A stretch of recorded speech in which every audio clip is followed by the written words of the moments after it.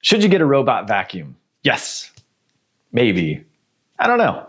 This is a question to ask yourself, but it's not the only question to ask yourself. There's a lot to consider here. We bought a Roomba about 5 years ago and immediately returned it. I think I'm one of the last holdouts of smart home content creators getting into robot vacuums. And for good reason too, which I'll tell you all about. So today, we're making a solid case for robot vacuums and a solid case for the SwitchBot S20. I'm Patrick Hunt, and I want you to like smart home tech as much as I do. Real solutions with Matter, Apple Home, and a little creativity.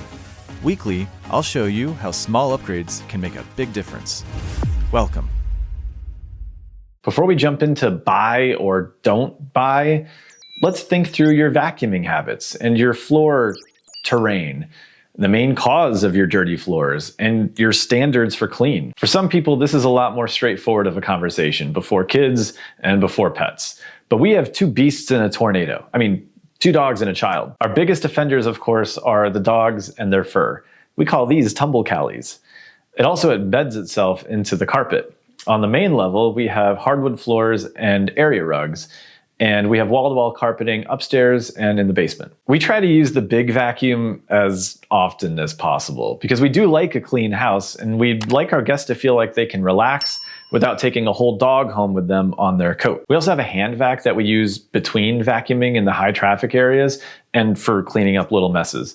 We also have one of those wet Swiffer things that we use on our hardwood floors for special occasions. I'm telling you all of this because I'm not gonna sprinkle crumbs on the carpet or splatter barbecue sauce across the kitchen floor and see how the robot vacuum does. I think the four-legged fur factories and the wild animal do a pretty good job painting a clear, more relatable picture. There are so many robot vacuums on the market, way too many to count. And they all have such memorable names. But for the purposes of this video, we're using the SwitchBot S20. It came out in 2025, and I'm not the specs guy, but it's competitive in all the important ways to other leading robot vacuums. My first disclaimer here is that most robot vacuums have like half the suction power to a standard upright vacuum. The S20 both vacuums and mops, and it knows when to lift the mop when it's approaching a rug. So in the same session, it will do both as needed. The base station has a clean water tank and a dirty water tank, which only needed refilling and emptying, respectively, after about a month. There's a bunch of consumable parts, like the dust bag in the base station, which needs replacing every few months. Everything else, we're talking hundreds of hours, typically. And it uses the base station to charge, of course. It could probably get through 2 floors of my house in one day, but we usually just hit 1 floor in a day. Like most robot vacuums at this point, it uses LiDAR to map out the floor, and it has an AI recognition tool for things laying around, like toys or a dog tail. And lastly, it is Matter compatible. So this is a device in my Apple Home. You can add it to scenes and automations, and you can even dictate which rooms you want it to vacuum, if not the whole floor. The map is created by the vacuum in the SwitchBot app, and then the map is divided up by rooms. And that's what you're seeing here, not the rooms in Apple Home. It is a Wi-Fi device, but that's 2.4 gigahertz. If you're using something like band steering, then you need to temporarily disable that 5 gigahertz band before connecting the robot vacuum to your Wi-Fi. So what are our reasonable expectations for this vacuum? Have I touched an upright vacuum for the last time?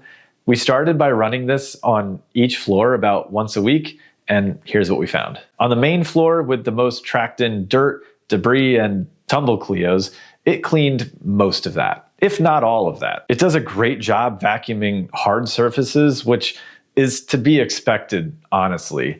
There was some debris left on the area rugs, but I was happy with the result. Since it's winter now, I wanted to see how it did mopping up all of these spots created from the tracked in salt and sand that was put on all the sidewalks outside.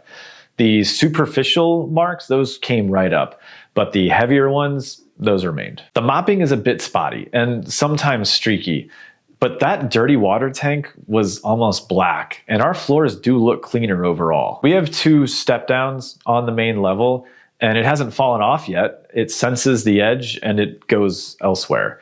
But also, these rooms are not going to get regularly cleaned. On the carpet upstairs and downstairs, the dust container would suggest it vacuumed an entire Cali. but the embedded fur was still very much so embedded, and big fur balls didn't get picked up. The way I would describe it, it does a good job making it look like you vacuumed, maybe before guests arrive, but that carpet is still going to need a high-powered vacuum. So if I were quickly needing to clean before guests arrive, I would probably send the robot to the main level while I vacuumed the basement or something. But if it's not replacing vacuuming, then what good is it? The goal isn't to find something to spend money on.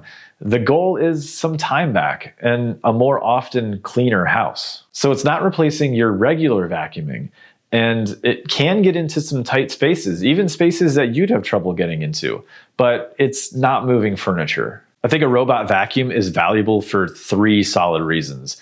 Whatever upkeep that you were doing with a hand vac between vacuuming, this effectively replaces that. Run it once or twice a week in the high traffic areas and your house is going to feel cleaner overall. It's also a great replacement for the hand vac for small messes. Connor knocked over a wicker basket right before a walk and it dropped a bunch of little wicker shards on the floor. Instead of grabbing the hand vac to clean it up, we left for our walk and I outlined an area to be vacuumed and mopped. There wasn't a single speck when we got back. And lastly, mopping. We now mop weekly. Weekly and weekly, I should say.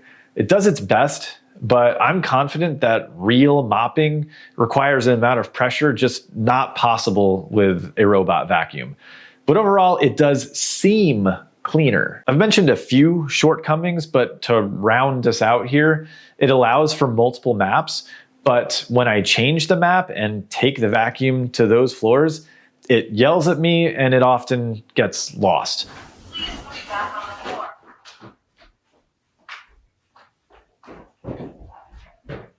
It usually figures it out after a moment or two. Speaking of figuring it out, don't watch these things work. It's just gonna make you mad.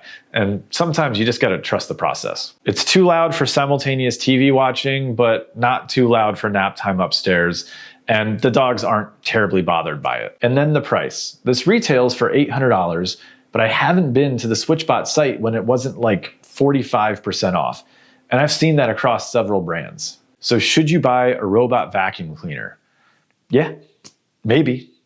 I don't know. If you set reasonable expectations for what it will do and what it won't do, like it's not replacing your regular vacuuming, but it's great for upkeep and you're gonna be kind of mopping far more often. And if you buy it at 45% off, spending no more than a few $100s on it, then yeah, buy a robot vacuum. Buy the SwitchBot S20.